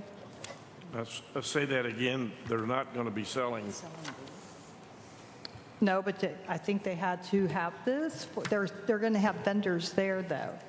They're going to have other vendors come in that represent costumes, whatever you sell at steampunk. But the beer and wine comes from other locations, I don't know, just Kim. like any other entertainment district. In the application. Otherwise, there wouldn't be it a has need for one. He does have it? Yeah. What is that? These are the cups and wristbands proposed to be Oh, used. okay, So then I I'm apologize. assuming that Yeah, I mean, otherwise they wouldn't Yeah, why would be they we needed. need a temporary entertainment district otherwise. I make a motion, we assign this, approve this Resolution entertainment number? district, Yeah. and read the resolution by title only, I got it. Second. suspend the rules, et cetera, et I'm cetera. gonna- Second. And David seconded it. All in favor, say aye. Aye. Aye. My copy has resolution number 905. Is that Yes. correct? Okay. Resolution 905, a resolution to authorize a temporary entertainment district and establishing standards for its operation for goggles, gears, and springs, 2026. Okay, is that it? Moving forward? Right, Spring Street damage claim. Don't we get the number? Motion to discuss. I'm sorry, I didn't hear you. I was talking. Second. Spring Street damage claim is our next topic on the agenda, and we have a packet of information in our packet. So property damage claim, Spring Street repair, Grotto Company. There it is. And I'm going to let, since this is a legal issue, I'm going to let Heather explain the legal stuff here, because I do not want to touch that unless I have to, so. You can tell Well, what's I going think on. you all have the memo that I wrote, but what you have is Grotto LLC is seeking reimbursement for a water intrusion allegedly caused by some work done by the city. Negotiations were entered into with them to try to resolve the matter. That has not been successful. They are seeking $60,000. It looks like in actual damages and then lost profits. So they can present that evidence to you guys, and you guys can make a decision on if you want to approve their claim and how much you want to approve it for. You want the Slings to come up and talk about this, or Rochelle? My understanding from your memo is that we have two choices, that we can we can vote to have a hearing in which we hear the evidence. This is the hearing. This is already, we don't have to say we're going to have a hearing? They were advised of that by letter, I believe. Okay, so then the evidence has already been presented? It's what you have in your packet, and they were invited to be here and give you anything else that they have. Okay. I'm happy to hear the presentation, but I didn't see anything that showed actual repair costs. I just saw pictures. I didn't see anything that showed actual proof of loss of business or anything that you could, I don't know where the $60,000 comes from. And I didn't have any receipts with which to prove that statement, so. Okay. Well, all of the damages were incurred, basically water damage. It came in from behind the stage into the lower floor. which it was substantial, 2 to 3 inches on both floors. So that causes a number of things. We have sump pumps already in there. It damaged the sump pumps. It damaged equipment, everything that sheetrock, basically everything on the floor was damaged. As far as the numbers that you're seeing here, this is what it would cost to close down and repair. So a lot of these things were not done. The city did repair the back wall in our upstairs space, and that was like the tuck pointing or the grout in between the mortar, in between the rocks. So really what we have done to mitigate this would be cleaning. And, you know, we have tiles popping up everywhere because it was saturated so long. And I've had to replace one vanity. The other one really needs to be replaced. You know, so at this point, I'm just wanting to continue the mediation. We were working with the building inspector, and he was out many times and looked at the damages and basically helped us come up with what we're asking for, what you're seeing. Ms. Moyer, just so to clarify, we did request receipts, and everything that was provided by the claimants is in your packet. Okay, so again, I don't see any receipts for work done to know that these estimates are appropriate. I don't want to be the only one, I don't want to hog all of the time at the mic here, but I know that this is a terrible thing, and I know as a business owner that these kinds of things that happen feel awful. So I want to acknowledge that. I also believe, although I don't know for sure because I don't know much about this incident in particular, but I know that we have had repair issues that have caused damage in other businesses in town, and my understanding is that we're not legally responsible for the repair of those businesses. Those other businesses have not been offered any money. And just sort of looking at the law as provided by our legal counsel, it just states that that we're immune from tort liability when it's an event that is not on purpose, right? Well, I mean, what statute are you referring to? I'm going off of our legal counsel here. She provided us with legal counsel. I only have 6 of these. And here's what I would say is, at a bare minimum, in order to seriously consider this, I would expect to see more than an Excel sheet. You know what I'm saying? Like, how do I know that these are accurate? Well, these are quotes. How would we know that $60,000 is an accurate amount? Okay. I would have other questions regarding loss of business. I know that you can carry a policy for loss of business. I'm We curious if your business tried does to that. file with our insurance policy, which was recommended from the city.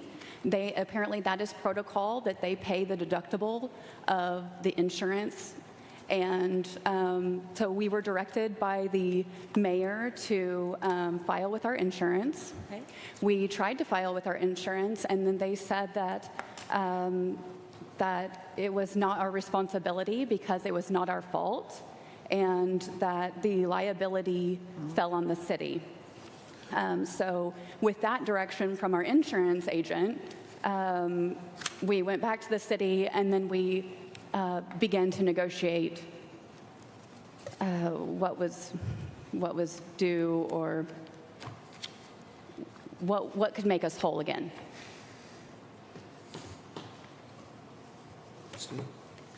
And Barry? in this, It's been a year or two ago when a house over on the east side had sewage back up into it, and the city did not pay for their damage. Well, it seems as if what had already began was the... I'm sorry, would y'all introduce yourselves? I forgot to. Rodney and Autumn Spencer. So, as odd as this situation is, yes, we had a manhole cut into Spring Street, and it wasn't mitigated properly. We had a large flood from floodwaters, and what we started with was Stacy Mahurin was approved to come out and tuck point the wall. So I'm not sure if that's a mission of guilt, but we also got a letter from the mayor that was offering us, after the tuck point was finished, it was $38,000. So whether we're going to talk about the nuances of being able to pay out on this situation, we already have some negotiations here that have taken place. Now, if we're going to rely on the state statute, I believe the state statute now reads, help me out, your tort liability, correct? Is that what we're going on? On the tort liability, it is only protecting, what is this? Public officers and employees. So on Title 21, it refers to public officers and employees, which, from my understanding, would be just covering the people, not the actions or issues of what has happened. Can we have our attorney comment on that? Well, I wish That's that we would. not accurate. It's not? Well, okay. Maybe we're wrong and our attorneys are wrong as well. But the situation at hand here is we already seem to have something that's been sent to us that is admitting guilt, correct? And trying to work out some kind of, I don't know what this would be, but we're working out a dollar amount. Is that correct? So what would that mean? Sir, the city can choose to pay you if Correct. they would like to. It's Yes. not an admission of guilt. Okay. They've extended that offer originally to try to help. That offer was rejected, and so now we're here for you to present your case to the Right. to the city council. And I think that we are doing just that. But I think to answer her questions, that there isn't enough receipts here to be able to back this. But we were not expecting something of this nature. We are not expecting to rebuild our business. That we went and we were told by Simon, we were told by the mayor, hey, go ahead and get this stuff together. Let's make an insurance claim, and let's see if that will be okay. We'll pay for the deductible. Now, our insurance agent, our lawyer as well, said that that would be fraudulent for us to be able to do that. Whether this has happened in the past or not, this is where we are. Now, we were just told to get together these estimates because I can't afford to go and put down new tile that are popping up everywhere. I can't afford to go and mitigate the flood sections on the bottom of the wall and all the wood that's in the place. Of course, our stage is 70 years old upstairs. We have water damage across that. Well, we also talked with the building inspector, and he said, well, we can have that finished. Is that okay? Yes. So I feel like we had met months and months to be able to come up with some of these negotiations, as you see, to be able to come to a common ground. And we're not trying to cause trouble. We just think that if you're willing to have us turn into insurance, insurance says, okay, we want to make you whole, and we want to put it the way it once was. But now we're here with the city, asked to come in front of the city to be able to say, well, we haven't even added in what it would cost us to close, which we did a January, which is in here, and it would cost us $170,000 to close and pay our employees. Now, if we go ahead and move it on to November, we're looking at like $200,000-$300,000. Now, I know in a tort case with the government or a city, there is a clause that doesn't allow you to go over a certain amount. That would be $250,000. But right now, here we are We're just asking for a minimum amount enough to be able to take care of employees, to be able to take care of the problems that are at hand, which you've already admitted and or done work to the building to fix it. So I don't know exactly why we can't make an agreement on this. David? If it's not the 60,000, I would like to hear from you guys what it would be. David? Yeah, so I have a couple questions, Rodney, and Yes, sir. thanks to you and Autumn for being here. My first question is that I remember, gosh, over a year ago, this happened before. With? In your water damage. Okay. Somebody posted on Facebook a huge waterfall coming over the lobby area. That was over a year ago, correct? Yes.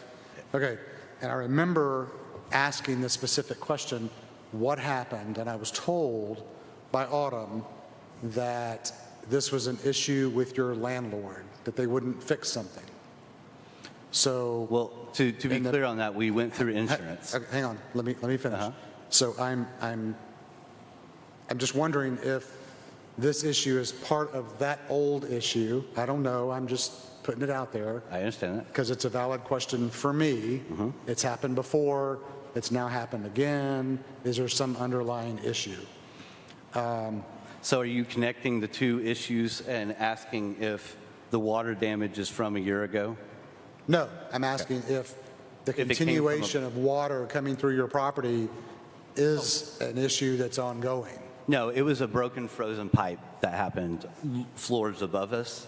This was, and if Simon would like to come up and talk about this, this was a manhole that was cut into Spring Street to be able to replace a water main or meter, and it went in and it flooded the two bottom floors. Okay. All right. And I'm also looking at, as Rochelle mentioned before, about actual receipts. And I'm looking at this. It says a daily report generated March 8th, 2026. I want to say it looks like maybe it would have been a sales report for the week. This right here? So the sales reports are if, okay, so we were asked to get all of these things together as if we were going to close and do the work and fix our issues. This would be if we closed down for a period of time. I think I did it for... It says April 6th through April 26th. Okay, I did it for 3 weeks. Okay, so So your whoever, contractor, is estimating a 3-week 3 repair weeks. at this dollar amount loss. Is that correct? This would be business loss only. This is our sales report, POS report. So this would just be business lost. Has anyone ever Rochelle? seen this? So this must be very frustrating for you. Yes. I 100% feel for you, and I sense the frustration. And what I'm about to say is in no way a reflection of how I know that this is how this must feel. My understanding is that before us tonight, not the offer that happened before, not anything that happened before, but tonight the council is charged with determining whether or not we want to accept a counteroffer to provide $60,000 in recompense for what has happened. And prior to this meeting, in which there was going to be a hearing we're apparently in at this moment, I thought we could either say yes or no, but if we're in it, you guys were asked to present all of your evidence to us in plenty of time to review. And I am just now seeing anything that even looks like real numbers. So my inclination right now, because framed out, what we're tasked to do is either to accept a $60,000 counter offer or no. I would say I would not do that because wasn't provided the evidence to review. I don't know what any of this means. I'm not going to be able to decide it right here. I don't know what happened before. And if we were just talking about damages, that would be easier for me. I'm just speaking for myself. to wrap my head around. But then now we're also talking about damages, estimates for repairs that may have or have not been done, and lost business. And the lost business puts it in a whole different area, okay? So if we're tasked tonight with saying whether to accept the counteroffer, I would say no. Ms. Moyer, you have the opportunity to table this to the next meeting as well. That would, I mean, Can I just? that's a can I group just say that decision This to has hold been, a hearing later. right. This has been going on now since September. Is it? September. It's And the first we've seen. I know, I understand that, but we have also given mayor and the building inspector all this information, all this evidence. So it has only been brought to you guys and your attention, what, yesterday? Yesterday it was sent to us that we have to have this information to you guys by the end of today. Right? Right, Kim? That was last week, yeah, not yesterday. Was It was just a couple of days. It was a couple of just days a couple days ago. We can give you the email I back. had But very limited time, and what I provided you in the email was all I could get together. So I went and printed out my invoicing for. Just for the record, the mayor's office has requested receipts from them for a long time, and we've received nothing. that would be not true either. Because if you've spoken with the building inspector, I have been with him, I have conversations with him and everything that are notated, that I have provided all this stuff for him. So for him maybe not to come to you or to the mayor, I don't know. He said that he was the liaison for the mayor and he was coming to me with these conversations. So I provided all this stuff with him. We had the conversations, sit-down conversations, and he was telling me that the mayor was trying to make it fair. I said, I'm fair with that. Let's do that. But at this point, you know, I'm sorry that I know you're scoffing at me, like I haven't provided this stuff, but I don't know you. If you had my information, I had your information, I would have sent it right to you. What I'm saying is we have provided this since September. Hold on. Susan? I think that's unfortunate. I do too. For the lack of communication. It's got to be so frustrating, and I apologize for that. Yeah. I would like to hear from Simon as to exactly what happened. Yes, sir. Please.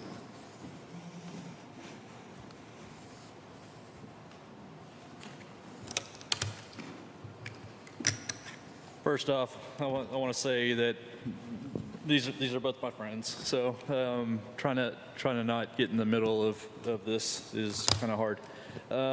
So back in, I guess, September 23rd, we were replacing a water meter for the Nelsons.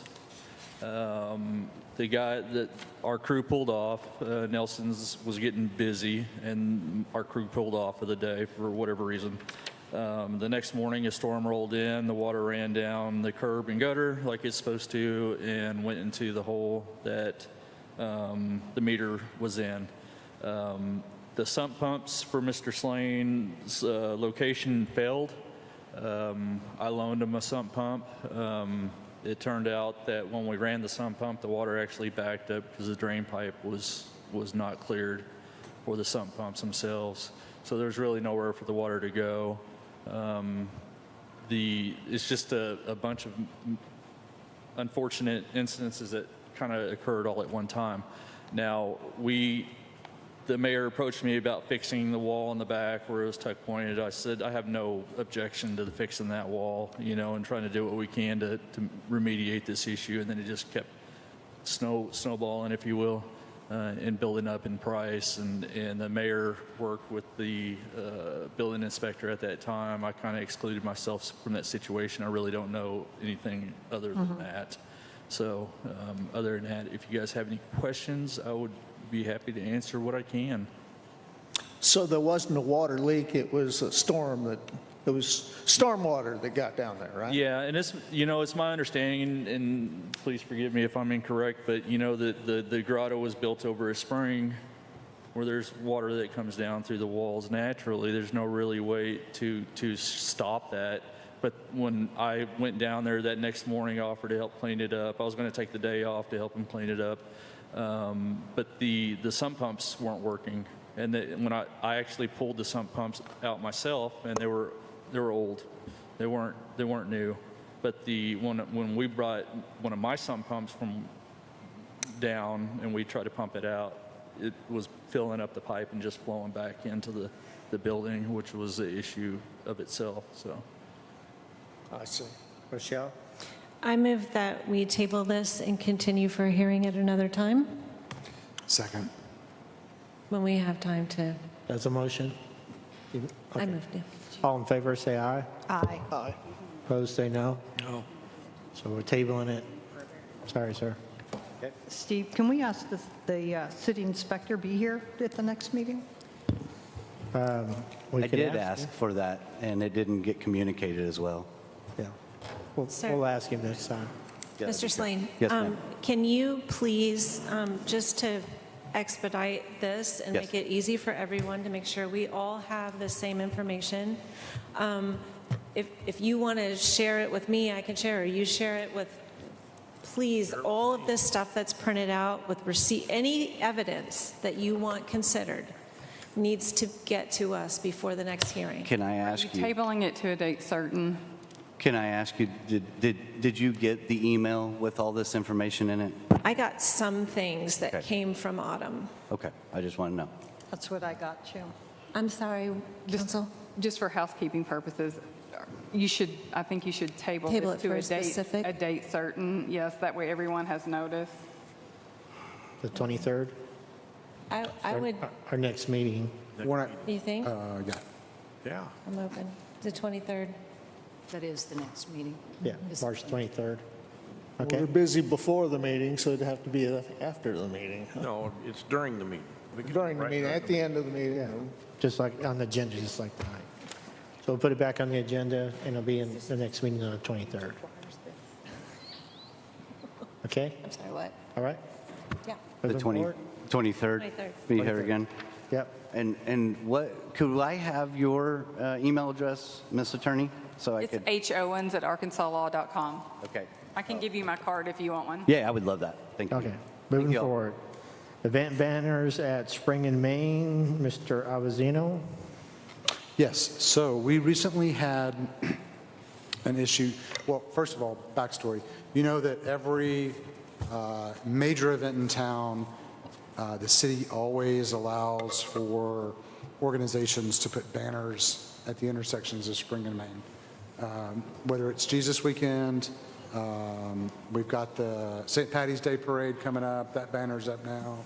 We've got Diversity Weekend, we've got Springtime in the Ozarks, blah, blah, blah, blah, blah. It's endless. We put a lot of banners up. Recently, it's come up where 3 different events are asking for banner placement on the same weekend. And one event was giving priority. I'm not sure how it works in the office, but one event was given priority over another event that happened before that event. I know that we have discussed before, or CAPC has discussed before, about stacking banners so that you may have St. Patty's Day banner above Ozarks Weekend or whatever you want to call it. There are agencies who do not want their banners stacked for any reason at all. A perfect example is we have Diversity Weekend coming up. We have, I'm sorry, I don't know what it's called. Is it called Jesus Weekend or Jesus Parade? I'm not sure. The Jesus Parade Weekend, I'll call it that. And then we also have a third event, the Music Awards, Eureka Springs Music Awards. All 3 of these events occur within primarily a 3-week period. So they're all vying for the same spot of hanging a banner. And Diversity Weekend is willing to share their spot in stacking banners, but another organization will not stack with Diversity Weekend. It is what it is. Yeah. And So, sorry. so what I would like to, what I understand, and Simon, correct me if I'm wrong, there used to be a second location where banners could be placed. I'm not talking about the bridge over Main. Yeah, I believe at one time there was a location there over by Pendergrass Corner where you could hang banners. The problem that we're running into is overhead clearance is a big issue, and then with the visibility. So, Hold on a second. Can we have clarification? What is the policy? Is it first come, first serve? Is there some organizations that get preference over other organizations? there is no preference as far as the organization goes. It's first come, first serve. So I was approached probably at the end of last year about doing double banners. And we have the room where we could do double banners between the two mounting locations there where Spring comes off of Main. And so what we're doing is we're putting them next to each other, right? And then stretching them out. So we're attaching the two banners together and then hooking them up like this. To hook up a third banner would bring us below the legal requirements for the height, allowable height. So, and then there's also no way to really secure that banner down below two other banners because we have to be able to mount it somewhere. The banners don't have enough strength to pull that kind of a load.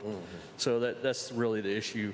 Now, if we went up to Pendergrass, that's a option, but I think what we're losing there is that overhead clearance where we're not able to get them high enough to where they're high enough for the truck traffic that goes Can you through do there. one at Pendergrass Corner? Can you, Well, the problem is we got to stretch it across the road, and because of that, it'll be too low. It won't be high enough for the truck traffic that we get. So that's kind of why that was eliminated back then. Plus the visibility, there's an issue. So what we're going to run into if we make that option is, number one, we're not going to have the overhead clearance that's required. Number two, there's not going to be the visibility, and then there's going to be a competition about who gets hung where. And I think we need to be mindful of that too, because then everybody's going to compete for the Spring and Main location, and nobody's going to, want to be the third best. Yeah, and I understand everything that you're saying. Sue and I, for instance, we are here, we were appointed as representatives of CAPC, and that CAPC is charged with bringing tourism into town. Mm-hmm. And part of that tourism is being able to advertise it. And part of that advertisement are banners throughout the city. Well, one banner, unfortunately, throughout the city. All I'm asking is that we try to find a second location so that when this ever does occur or ever happen again, we have an alternate location. Whether it's, I don't know, at Plainer Hill on Spikes or something, and then we have a second location at Spring on Main, whatever the case may be. That's what I'm asking us to look at, because as stewards for tourism in the city, we need to be able to have those things for people. We could have an Easter egg hunt banner at Plainer Hill and then the Jesus Parade at Spring on Main. We could have diversity at Spring on Main and Easter egg people at Plainer Hill. That's what I'm asking us to take a look at and to find a location in order to do that. Simon? Yeah, going over Plainer Hill would be the issue. It'd have to be off to the side. So we wouldn't have that elevation and the visibility like it does on the Spring and Main intersection. If you want to do that, David, what my proposal would be is let me look at the post office area coming in from that side of town. What side? The post office there, where the post office is. You're still in the historic loop, but coming the opposite direction, maybe? Coming into Spring Street from the post, from Eureka, Main Street, Eureka, post office, coming into downtown area. Maybe there's the location there. What I have to do is see what we have available as far as structures big and tall enough to support that, and then what is the electric company, the provider? I think even a side banner, I'm assuming, by side banner, I'm assuming you mean two stakes in the ground and it's at ground level. Yeah, exactly. Okay. And I think that's perfectly okay. People still see it coming into town from either direction. So you want to put it back on the agenda for next meeting and let Simon come back with us with some suggestions? Yeah, but there was something else I had to say, and Simon smiled, and I forgot all about it. Do what? I'm just messing with Simon. It's the baby blue eyes. Is that okay with you, Simon? Come back with us? Yeah, I Okay. think that's a very good idea, and I'll talk with Smitty down at Transit and see what we can do maybe over there at his parking area. And, you know, there might be a possibility where we could solid mount a couple poles there that are with the width of the banner where we could adequately secure them, you know, and even maybe have them a little bit elevated up off the ground so we can still mow and all that kind of stuff. So let me take a look at that, David, if you don't mind, and I think following up next And council food meeting. for thought for the remainder of the council is that, you know, we have legacy events in town that bring hundreds of people into town, hundreds. And then we have those events that are specifically for locals. I mean, I get it, it's first come, first serve, but what banner should take precedence over putting heads in beds and creating revenue for this city? I know. I just would hate to get into the argument of which event's more important than the other. I don't know that we want it. Well, I think the city probably needs to draft an internal policy and have that in writing about And that's what how I'm the asking. banners work. That's what I'm asking us to And that would just be visit. something for, which department handles that? Usually the city hall handles the banners and we install them, so. Mayor's staff could draft that policy about, because I think the custom has been first come, first served, but I don't think Yeah. it's in writing anywhere. I inquired about that. So that would be step number one is, You don't think what? Sorry. that, Okay. I don't, what? I inquired that if there was a written policy and Oh, gotcha. there's Develop not. a policy. So that would be, I think, step number one, you know, Okay. is getting that in writing. And location number 2. Yeah. Okay. Okay? Moving on. Thanks, Simon. Yeah. Agenda setting for our next meeting. So you have all that already that we have? I have the second banner space. That's the only thing that I've heard. Right. And the Sidewalks. sidewalks, yeah. You've also. No, sidewalks will be a workshop. Slanes, Just the hearing. they're back the next meeting. Yeah, Yeah. sidewalks is a workshop, so I don't know that it needs to be on the Yeah. agenda. Doesn't need to be on the agenda. It's going to be a workshop. Big pardon. I'm sorry. I'm sorry, I didn't hear. So sidewalks, because it's going to be a workshop, it doesn't need to be on the agenda. Right. Okay. Anything else on the agenda for our next meeting? Okay. City council comments. We'll start with Terry. I have none. Have none. Harry? No, we've been here long enough. We go to Rochelle. Nothing. Or we tired? Well, are we tired? David? Nothing. Susan? Okay, well, I think that we have an amazing early spring happening in town. I would like to encourage some of our store owners to maybe spiff up a little bit, pull out some dead weeds, sweep up. I think the first impression of when someone comes into town is an important one.